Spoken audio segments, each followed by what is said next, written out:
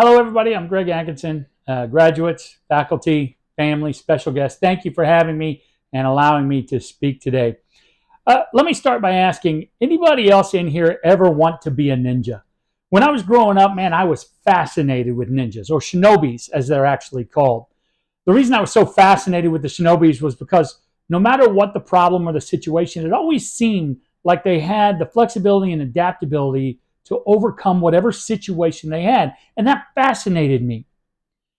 I quickly figured out in my 20-year-long career in emergency services that mastering your profession, you had to be some form of shinobi. You had to be flexible. You had to be adaptable. You had to be able to adjust. And I wanted to know why it was these ninjas were so good at what they did. And so I dove in to the shinobis.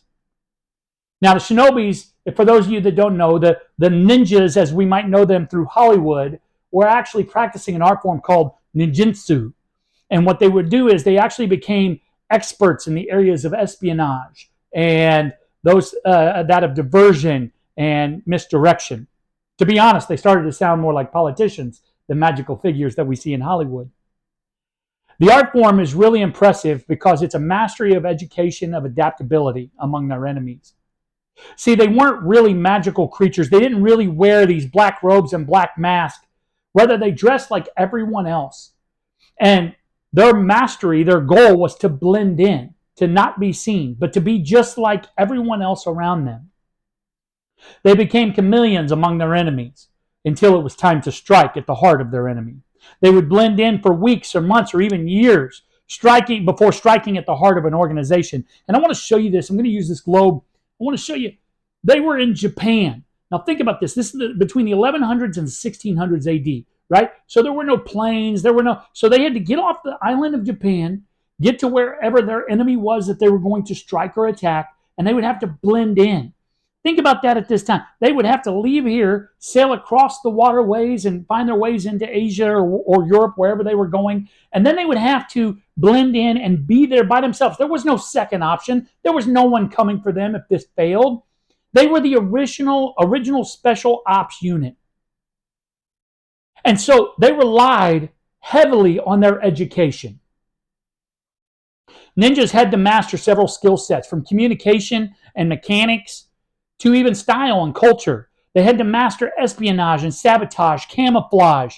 They had to master infiltration techniques and the ability to even build rapport with the people to build assets within the region.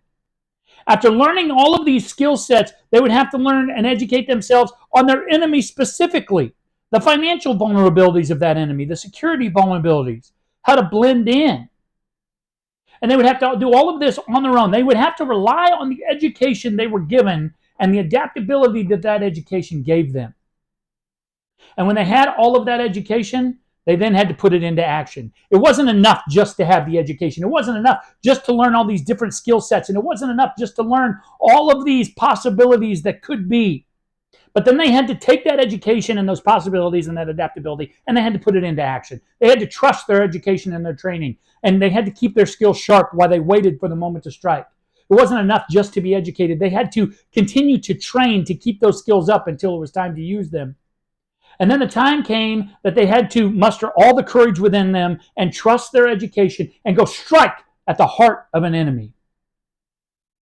It wasn't long before other countries started to realize that these ninjas or shinobis were a real threat, that they would integrate into their systems for, again, weeks, months, years at a time, and then be able to strike with one quick move to crumble countries and entire organizations.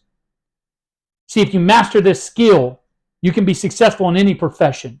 Hollywood might even write stories and movies about you if you master it. The point is, take the education you have been given here. Take the adaptability that this education has given you. Use that as tools in the tool belt and go become a ninja in your industry. Thank you for having me. God bless.